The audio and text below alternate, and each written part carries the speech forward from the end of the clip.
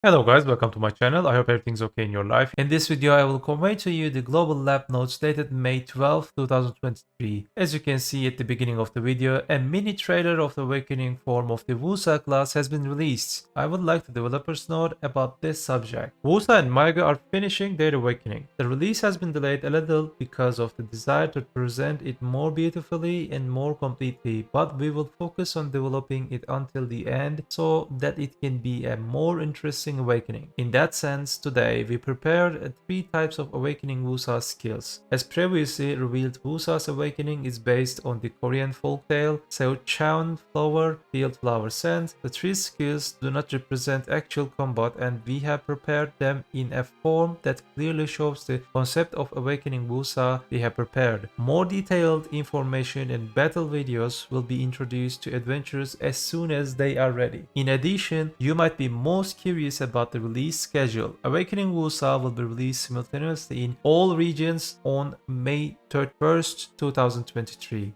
In the case of Awakening Maego, we are currently developing together, so we will confirm the release schedule before it is too late after the release of Woosa. We will do our best until the end. So what are your thoughts on Woosa Awakening? Please let me know in the comment section. I really wonder your opinions about the Woosa Awakening. The first topic of this week about New Zone's boss rush UI. Also, some boss changes adjustments were made. However, since I couldn't translate the boss names and there was an error in translation in general, I did not add them. Hopefully we will get this new region in early June as soon as possible.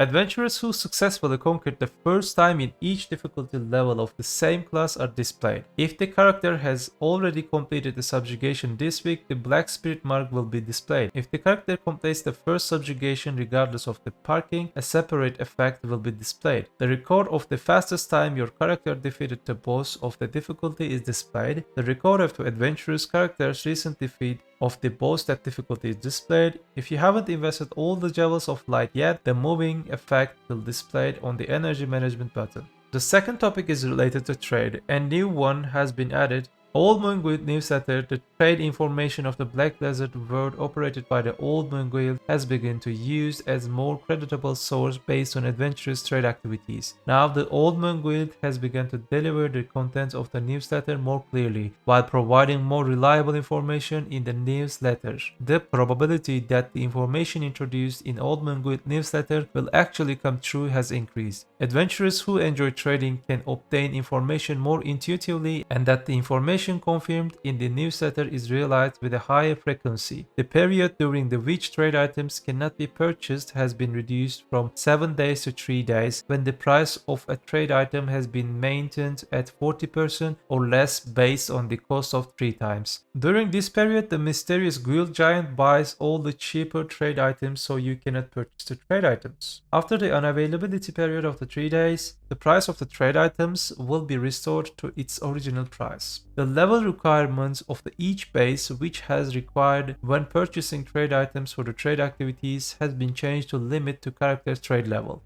Also, a quest has been added that allows you to obtain trade experience artifacts with a low probability when selling trade items through the trade activities. The third topic of this week is about wagons. The loadable weight of some wagons has been increased as follows.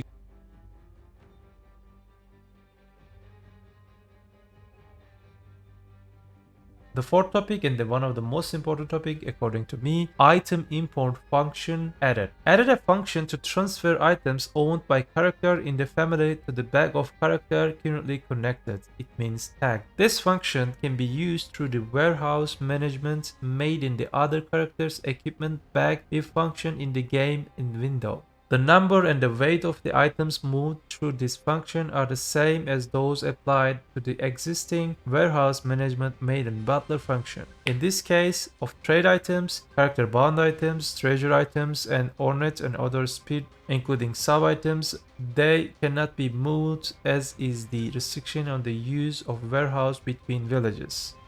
The fifth topic of this week is about workers. I think you will understand better when I read the developer's note because it's a little bit complicated. First and foremost, you can now automatically restore your workers' action points, it means stamina, by putting food in your family bag. In particular, this part has been requested by many adventurers, and I hope that you can enjoy the game more comfortably by using this function to reduce the amount of attention spent on managing workers. As much as it is possible to provide food without having to take care of it, we can demand more from the workers. Now, when your workers go to work, you can designate a destination where you want your harvested ingredients to go. For example, assuming that a worker in Velia works at Pinto Farm, if there is no destination specified, the goods will be stored in the warehouse in Velia. If you make a good use of this feature, you will be able to easily gather the items mined from each production base into one area.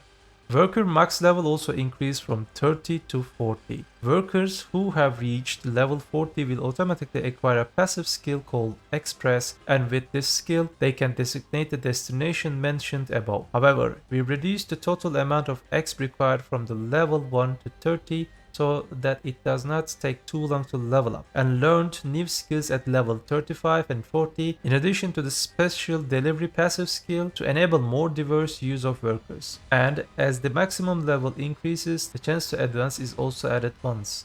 The sixth topic of this week is about general quality of life changes. When cooking fails, the probability of mass cooking has been improved so that it does not activate. When cooking, the ratio used when using the next higher level of cooking as ingredients has been improved from 101 to 103. The grade of the following cooking items has been changed from the green to blue grade.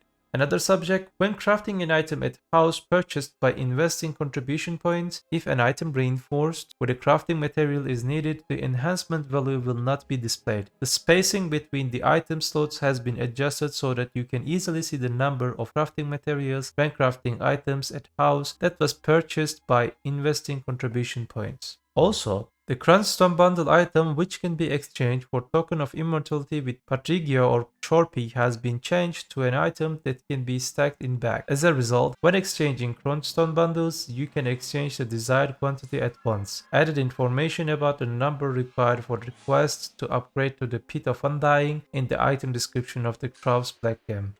The seventh topic is about monster changes. I actually don't know what PA wants these Saunils. Let's check what they changed. The Sharp Saunil Lieutenant and the Sharp Saunil Siege Captain have disappeared from the Saunil camp. The Saunils who had been haunted by the elite soldiers become even more enraged and started attacking the Calpheon Knights. As a result, the number of Calpheon Knights camps has been reduced. If you continue to fight for a certain amount of time around the Calpheon flag protected by the Calpheon Knights, the enraged Saunils will become in droves. After defeating a certain number of raging Saunils, the Saunil siege tower will appear for sure. If you continue to defeat enraged Saunil after defeating the Saunil siege tower, there is a certain chance that the agile Saunil captain and the sharp Saunil siege captain will appear at the same time. The chance of obtaining crystals of despair when defeating the following Saunil monsters has been reduced by 50%. When defeating the agile Saunil lieutenant, the chance of obtaining crystals of despair has been increased by 5 times compared to before. When defeating Saunil siege tower, the chance of obtaining crystals of despair has been increased by 1.5 times compared to before. When defeating the Saunil siege tower, the chance of acquiring scorching sunshot has been increased by 10 times compared to before. When defeating the sharp Saunil siege captain, the chance of obtaining crystals of despair has been increased by 8 times compared to before. When defeating the sharp Saunil siege captain, the chance of obtaining scorching sunshot has been increased 10 times compared to before. The number of blackstones, weapon and armor, that can be obtained when defeating the sharp Saunil siege captain has been increased from 8 to 10 to 8 to 12.